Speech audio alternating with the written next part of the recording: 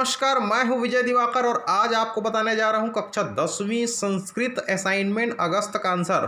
अगस्त महीने का सबसे पहला असाइनमेंट है छत्तीसगढ़ माध्यमिक शिक्षा मंडल रायपुर बोर्ड परीक्षा द्वारा भेजा गया असाइनमेंट का बेस्ट आंसर है कक्षा 10वीं विषय संस्कृत असाइनमेंट फर्स्ट। प्रश्न पहला का उत्तर रिक्त स्थानानि पूरयित्वा स्वपरिचयं संस्कृत भाषा लिखत। तो यहाँ पर आपको अपना परिचय संस्कृत भाषा में लिखना है। फर्स्ट है मम नाम खाली स्थान अस्ति, मम नाम विजय दिवाकर अस्ति।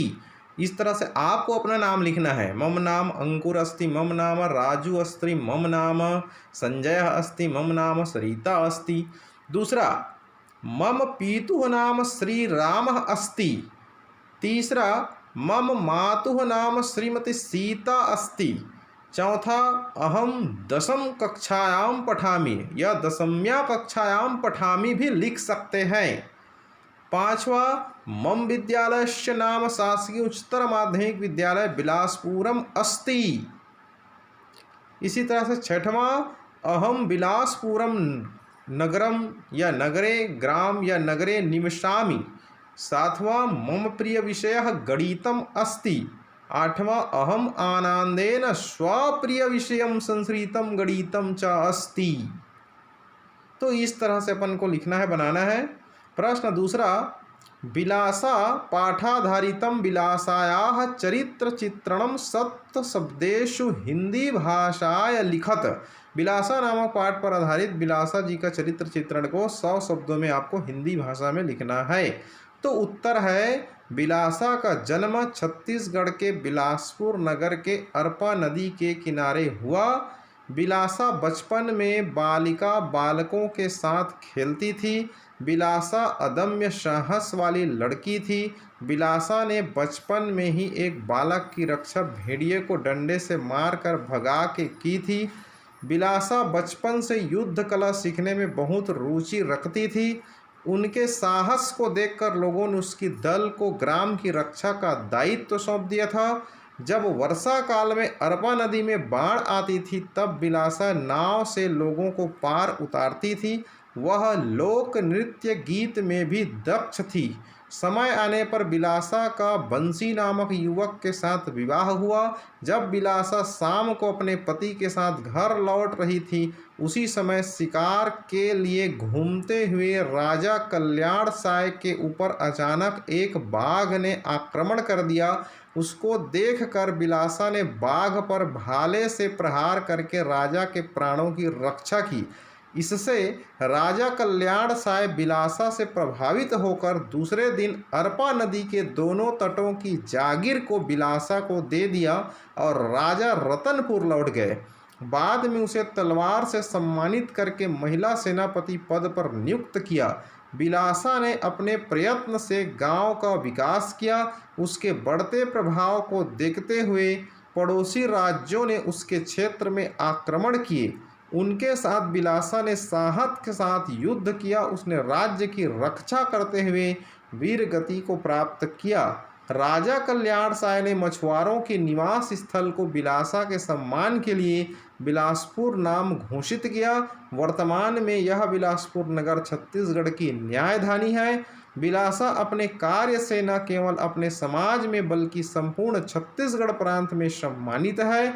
इस समय छत्तीसगढ़ सरकार द्वारा मछली पालन क्षेत्र में प्रोत्साहन के लिए उनके नाम से बिलासा बाई केवटिन पुरस्कार प्रति वर्ष दिया जाता है। और भी उसके नाम से बिलासपुर में बिलासा तालाब, बिलासा स्कूल, बिलासा चौराहा, बिलासा कॉलेज गौरवान्वित हैं। इस तरह छत्तीसगढ़ के पूजनीय बिलासा साहस, शौर्य और कर्मनिष्ठा की आदर्श स्वरूपा है। विशेष सूचना आप सभी प्यारे स्टूडेंट्स से निवेदन है कि सभी विषयों का, सभी प्रश्नों का उत्तर, सभी कक्षाओं के असाइनमेंट का उत्तर वीडियो हल प्राप्त करने के लिए हमारी चैनल विजय दिवाकर को सब्सक्राइब करके बेल आइकन घंटी ज़रूर दबाएं। डिस्क्रिप्शन बॉक्स में हमारे व्हाट्सएप ग्रुप है, ज्वाइन कर सकते हैं लिंक टच करके। सभी दोस्तों को शेयर करें और एक लाइक ज़रूर दीजिए। आपके लाइक करने से आपको नुकसान नहीं होगा, हमारी हौसला बढ़ेगा आपके लिए। फिर नया जो सब्जेक्ट है आपका, जैसे कहना चाहिए आपका सामाजिक विज्ञान अन्य जो विषय जो शेष छूट गया है उनका भी असाइनमेंट हम जल्द से जल्द बनाकर आप तक पहुंचाएंगे, इसलिए आप चैनल को सब्सक्राइब कर लीजिए। हमारी इस चैनल के वीडियो के डिस्क्रिप्शन बॉक्स में सभी विषय के असाइनमेंट का लिंक उपलब्ध है, उसको टच करके सारे विषय के उत्तर आप देख सकते हैं। प्रश्न तीसरा, भारतम भारतम भवतु भारतम गीतस्य हिंदी भाषाया अर्थ लिखत। मतलब इस भारतम भारतम भवतु भारतम जो गीत है उसका हिंदी भाषा में अर्थ क्या है? तो अर्थ हम बता रहे हैं, भारत शक्ति समृद्ध है, भारत युक्ति समृद्ध है, भारत शक्ति और युक्ति दोनों में समृद्ध है, भारत सरना धारण करने वाला है, भारत शास्त्र धारण करने वाला है, भारत शास्त्र और सरना दोनों ही धारण करने वाला है, यहाँ की संस्कृति में रीति है, यहाँ की संस्कृति में नीति है, यहाँ की संस्कृति रीति व नीति दोनों से संपूर्ण है, यहाँ कर्मनिष्ठ भी है, यहाँ धर्मनिष्ठ भी है, यहाँ भारत में कर्म और धर्म दोनों से समृद्ध है, भारत भक्ति का साधक है, मुक्ति साधक है, भारत भक्ति और मुक्ति दोनों ही साधक है। इस तरह से इसका हिंदी अर्थ हो जाती है। अब आती है प्रश्न चौथा, निम्नलिखितम गद्यासम पठित्वा निर्देशानुसारेण उत्तरत विलासा स्वप्रत्यनेन ग्रामस्य dash dash dash dash dash छत्तीसगढ़स्य न्यायधानी अस्ति। प्रश्न है एक पदेन उत्तर, मतलब एक पद में एक वाक्यों में इसका उत्तर देना है। क विलासा केन ग्रामस्य कृतवती, विलासा स्वप्रत्यनेन ग्रामस्य विकास कृतवती, छत्तीसगढ़स्य न्यायधानी रूपेण प्रसिद्धम नगरमस्ति। उत्तर है बिलासपुरम छत्तीसगढ़स्य न्यायधानी अस्ति। ग है प्रतिवेशिनः पदस्य हिंदी भाषायाम अर्थम लिखत। तो प्रतिवेशिनः माने पड़ोसी। घ बिलासा साहसेन युद्धम अकरोत इति। वाक्य क्रियापदमस्ति। उत्तर है अकरोत। अंगा है कृतवन्तः इति पदे वचनमस्ति। उत्तर है बहुवचन। च है गद्ये नृपः इति पदस्य पर्याय पदम प्रयुक्तम। तो इसका नृप का हो जाएगा पर्यायवाची राजा। छ है निवास स्थलम इति पदस्य समास विग्रहम कुरुत। उत्तर है समास विग्रह में निवास प्लस स्थलम। प्रश्न पांचवा अ उचितानि शब्द रूपाणि चित्वा रिक्त स्थानानि पूरयत। पहला है अकारांत पुल्लिंग पदम खाली स्थान अस्ति। तो इसमें आएगा यहाँ पर कविः, यहाँ पर कविः आएगा। दूसरा है अद्य खाली स्थान जन्म दिवसः अस्ति। आज मेरा जन्म दिवस है, तो मेरा मतलब मम, अद्य मम जन्म दिवसः अस्ति। तीसरा है अहम दशम्यः कक्षायाम पठामि। मैं कक्षा 10वीं में पढ़ता हूँ, तो दशम्यः आएगा।